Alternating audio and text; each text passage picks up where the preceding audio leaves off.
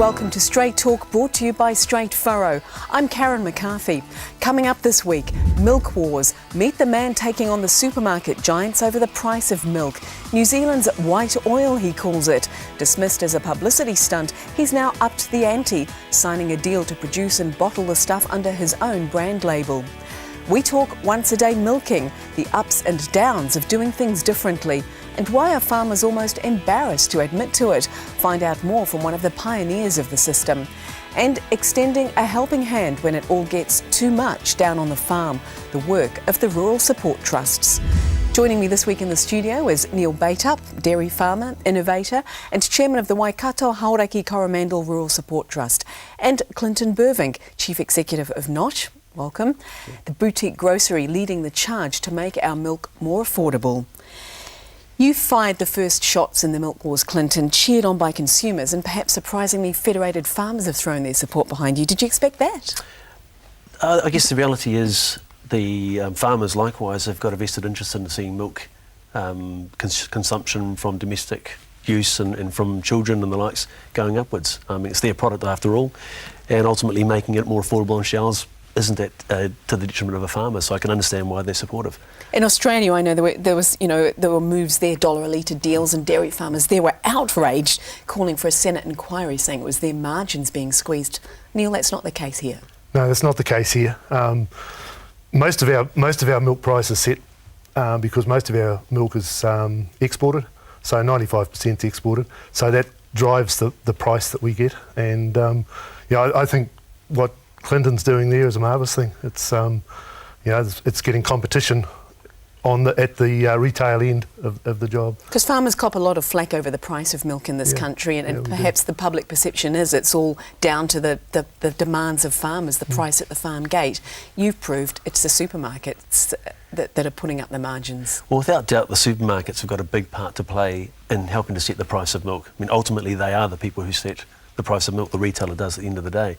And the margin expectations that the retailer is expecting to make on a product is a decision of a retailer, but having the margin expectation that they've set on milk at such a high level just seems unreasonable, and it just doesn't seem to be supporting New Zealand consumers consuming milk.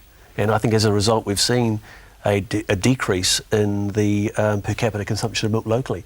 It just seems tragic considering it's one of our unique special products that we can make. Choosing milk as a loss leader was an example of very smart marketing, and what you did was dismissed by some as a short-term gimmick. Is it sustainable? We've got ourselves now to a sustainable position, and we're going to market from here on at $2.49 for a 2 litre bottle of milk. And we don't make any margin off that, but that's our conscious decision. And ultimately, the job going forward that we want to embrace with the supplier of our milk now is to continue to innovate and find ways to work about how to get costs out of the system.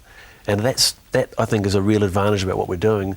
We're challenging the status quo, and by doing that we're going to drive more efficiency into the system as well. It could come down to the price of a label on the bottle of milk or the price of the bottle of the milk itself, the distribution channels to achieve it. It's not necessarily just going back to the farmer and saying put your hand in the pocket. By, I guess, going away from having a really cosy environment where no one does anything, you're not asking for anyone to innovate and find benefits or efficiencies through the system. By doing what we're doing, we're going to keep challenging that. Is this honestly altruism? I mean, you sound as if you really care about how much Kiwis pay for their milk. Is that why you embarked on this campaign? In the first instance, and even now, it really is actually. You hear a lot, and as a retailer, I'm very close to consumers. There's a real unhappiness and lack of understanding as to why we seem to pay more in New Zealand for New Zealand produced products than overseas.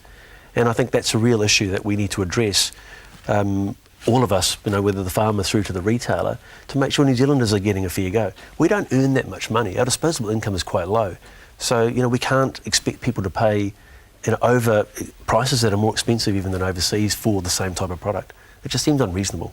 Do farmers share this view? Do farmers think that we, as consumers, pay far too much for our milk in this country, considering how much of the stuff we make? Absolutely, and when we look at what we get paid for the milk and the price in the supermarket, there's a huge difference. So I believe that it's a good food, it's a good product. If it was cheaper, more people would drink it, I think it would be marvellous. Is it purely because of the cost of milk? Do you think that milk consumption in this country has gone down?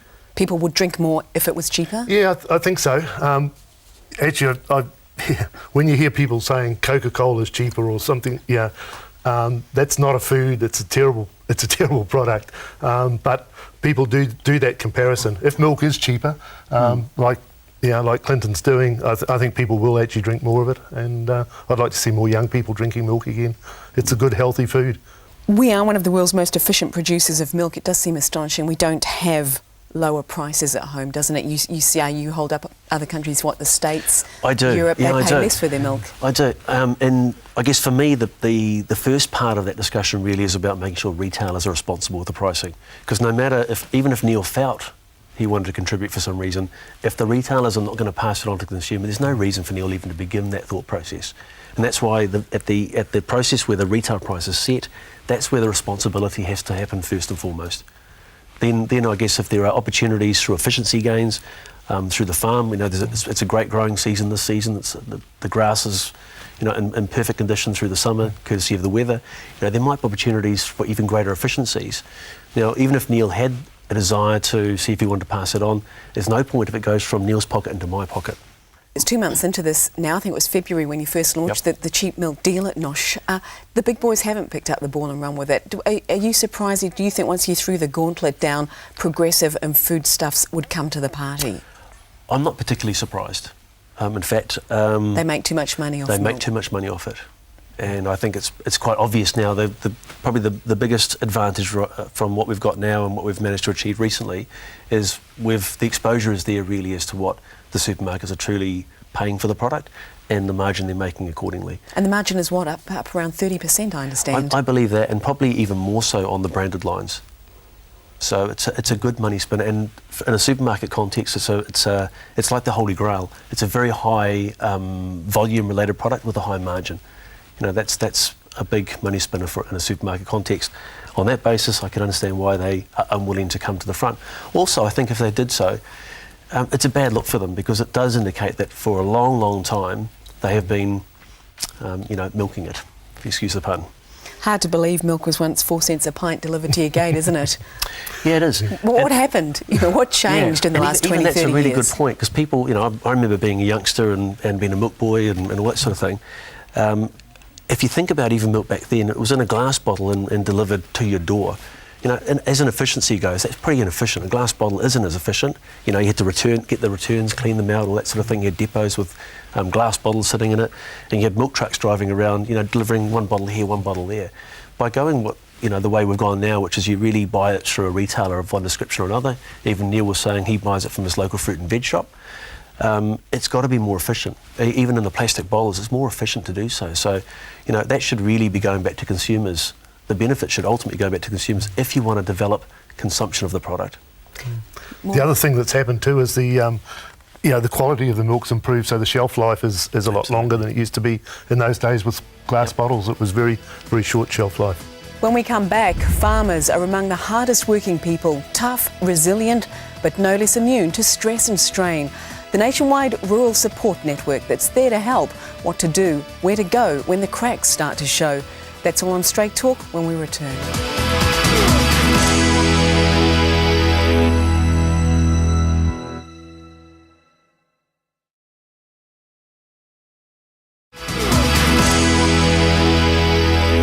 Welcome back to Straight Talk, brought to you by Straight Furrow. I'm Karen McCarthy. We're back with Clinton Beuvink and Neil Bateup. Just before we move on to another topic, how long, Clinton, can Nosh go it alone if your competitors and other players don't come on board over the price of milk? Realistically, how long can you afford to do this? Well, we're going to keep the $2.49 price point indefinitely. That's here to stay? Here to stay. Look, I expect there will be movements from the supermarkets before too long. I guess the challenge that is out there really is to make sure that the farmers don't fund that and that the supermarkets are left to meet their obligations about being competitive if they want to. But I do think they will. It's likely that they will make some moves. I'm sure going forward because it is a big category for them, and I think consumers really want that change. I think they're really feeling the pressure. And meantime, Neil, this guy's the darling of the dairy farmers. Yeah, absolutely. I like to see competition out there. Yeah. farmers are competitive people. We're not, we work in the marketplace all the time. And you want to see Kiwis drink more milk? Absolutely, absolutely. Let's talk about rural support trusts. Now, this is something that's dear to your heart. I know you've been involved for years. Why is this line of work so important to you? There are farmers out there who for various reasons struggle at times. There's a lot of pressures in farming at times. We have to deal with the weather, we have to deal with financial situations, personal situations, and some people get under pressure. And it's important, and also farmers sort of work as individuals a lot, and it's important that they have somewhere they can turn to if they're finding it getting real tough. So, in terms of being a lifeline to farmers in a fix, just explain exactly what do the trusts do? What do they offer? Yeah, we've got facilitators right throughout New Zealand. There are trusts set up now right throughout New Zealand. We've got two roles. One of them is to be there in an adverse event, and we work through MAF to do that. But the other one is to be there just to help people when they need help. So we've got an 0800 number, which is a New Zealand-wide number, which is 0800 787 254, 0800 Rural Help. If anybody rings in there, they'll be put in touch with a facilitator, or a facilitator will get in touch with them and just talk about the issue that they have to deal with. And it may be just a phone call, or it may be a visit to help them work through their problems. You've been farming for 40 odd years. Is it a more stressful career occupation than it was when you started out? Yeah, I'm sure it is. And that's because businesses are bigger. They've got to be run on a real business-like fashion now. Margins are tighter. Efficiencies are important, and people are under pressure. The farms are bigger, there are more people employed on them, which bring their own issues. And I think it's just technically more difficult now and more stressful. Clinton, who supports you in the grocery business when times are tough? I mean, is there help out there, or is it more collegial maybe? As Neil said, farmers often, they're in isolation, they're working hard out 24/7 on their farms. Who helps you when times are tough? I guess we're fortunate enough. We've got a good management team in the business, and I've got good advisors on the board, so I can go to people. But ultimately, your own family at home is really important from a support point of view, and of course, your business partners also there. They have to work together. It is a tough environment for everybody at the moment. Who tends to hurt the most, feel the stress the worst? Is it the young fellas, or is it some of the older farmers? Look, it's completely across the board, and some people feel stress more than others. It can be the young person starting off, but then again it can be somebody who's been in business for a very long time. Pressures come on, payouts drop, or interest rates go up, and margins get squeezed, and the pressure comes on. And is there a reluctance? I mean, farmers are seen as a resilient, tough bunch that are used to taking what life throws at them. Do they find it hard to go and ask for help? Absolutely, and that's the biggest thing. Males are very reluctant to come and ask for help. A number of the calls we get are actually from wives or partners who ring up and say, "Hey, we've got an issue, we've got a problem," and sometimes it's just a discussion over a phone. We'll solve it. Other times it'll be a lot more involved, and involve visits and putting people in touch with professionals who can help them. We haven't got all the answers, but we can put people in touch with the professionals who can solve their problems. Would you agree, not even just your tough farming blokes, but maybe it's not so easy for men to put their hand up or to pick up a phone and say, "Hey, I'm not coping"? Yeah, very much so. I guess it's still the stereotype, and it's also a very Kiwi thing. New Zealanders don't like to ask for help. No. In a supermarket context, that might be as much as not talking to the person behind the counter, just for the fear of not looking like a fool or not knowing the answer, I guess. And what are some of the signs? I mean, if people are feeling the stress and strain, how do the trusts help in terms of helping people identify the triggers and how to deal with stress if it hits? Yeah, we actually talk to different groups. I'm meeting with a group of a women's discussion group next Monday, just to talk to them around some of the issues to look out for. When people are stressed, their relationships with others start to break down. They probably don't make decisions. A lack of decision making is often an indication of stress. It's difficult for them, and they actually don't make decisions when they need to make decisions. So what, it's just head down, bum up, sort of keeping the farm going, but not advancing. But not advancing, but not actually seeing a problem, but not making a decision concisely about fixing the problem and moving on. And so things tend to get worse and worse, and they become depressed and just need some assistance to get out of that, and that's all it's about. And how rife, if that is the word, is depression, do you think, in farming communities in New Zealand? As you say, this is not just over adverse events. You think of the Canterbury earthquakes down south, but just general, as you say, coping with debt, just the pressures of business. Weather and all of those sort of things at different times. Yeah, I think it's reasonably widespread, but I don't know what the percentage is. Maybe 10 to 20% of people at times go through those depressive issues. It's probably no different than the general populace, but because they're there having to make decisions, it probably, it's more real to them.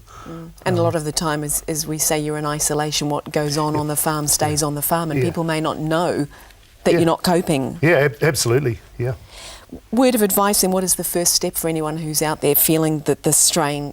Pick up the phone? Pick up the phone, give us a ring, and ring our 0800 number, 0800 787 254, I'll get that plug in, and give us a call, or talk to friends, talk to neighbours, go and see their medical professionals, go and see their doctors. There's options out there for them, but we're one of those options that can help. It's just a matter of talking to somebody. Yeah, absolutely. Don't bottle it in. Share the burden, and once the burden's shared, it's lightened. It's not just farmers. Clinton, juggling and expanding business with family life and having balance and a break and time out. How do you strike that balance? I guess and the funny thing about it, in a way, that I guess farmers and retailers share a lot in common. We're both hard to please. We always complain about everything. And similarly, we've got environments which are very volatile, and we don't quite know what's around the corner. I don't know when a customer is going to come in or out. We both have issues with rain and the likes impacting the business. If it's pouring down the rain, the housewife or the house husband doesn't want to get out and shop as much as it is difficult to manage pastures and the likes. How to get the balance? I think the bit of advice that I'd give, if I could, really is to make sure you free up enough time to step away from the day-to-day part of your business and the micromanagement. Because when you get under stress and pressure, you tend to get very much inwardly focused and get into more micro-related initiatives. And it doesn't allow you any time to actually step back from your business and identify actually what the real issues are. And it's the same in the business. It's very simple and very easy once you get under pressure to try and get in and do everything yourself. And it's really important to make sure that you identify that's not actually always the answer. More often than not, if you can actually step back, maybe in a farming context, it's get away from the farm for the day and think clearly about what the issues are, because otherwise you'll see what your day-to-days are and you'll go straight back into those. Taking a break isn't a cop-out. After the break, more from our guests on matters mighty and rural, including to frack or not to frack, economics versus the environment. Stay tuned.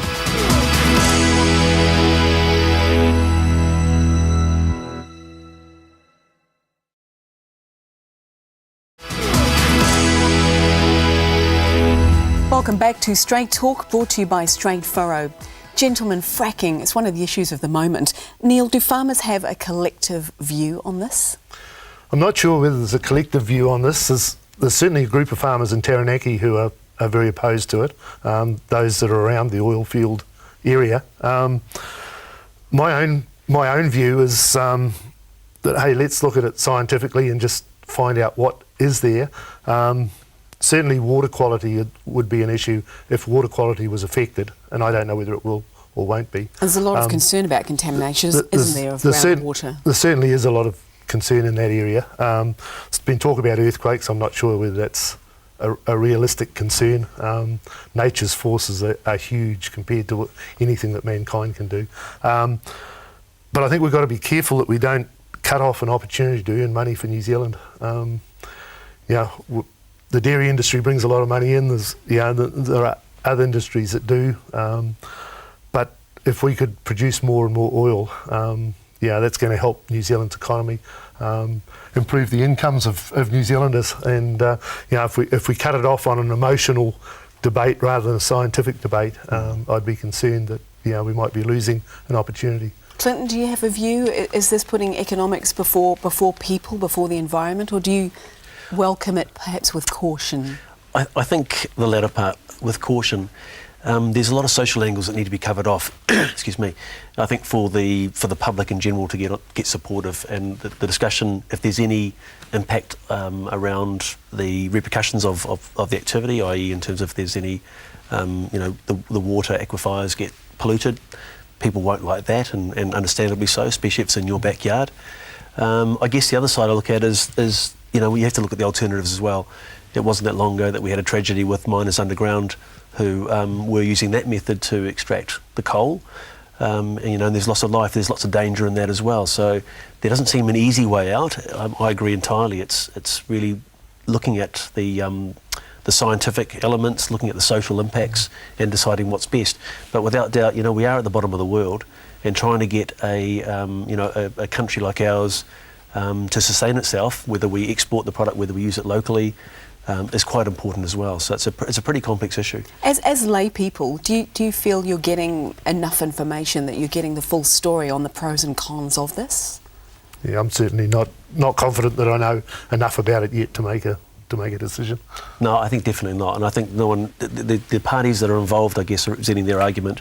It probably needs someone in the middle somewhere to actually represent it fairly for both sides in an unbiased fashion, I guess. Let's move on to once a day milking. Now, this is something, Neil, that you were an early adopter of, and I know there are farmers that look at this and they think you're crazy. I mean, tell me about the stigma attached to once a day milking. Yeah, look, people do think you're lazy if you're milking once a day. You're just not a real farmer. You're not doing the job properly. In fact, I was on a bus trip one day, and there was a young guy sitting in front of me, and he turned to me and said, "Hey, you're the once a day guy." I said, "Yeah."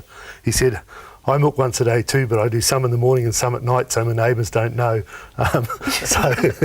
Really? Undercover? Yeah, undercover. But yeah. Why is there so much stigma or reluctance to sort of fess up to this? Well, I think it's just people don't want to be seen to be taking an easy option, or not doing, or being lazy, or not doing as well as they could. Is it an easy option though? No, it's not. I believe it's a sustainable way forward for farmers.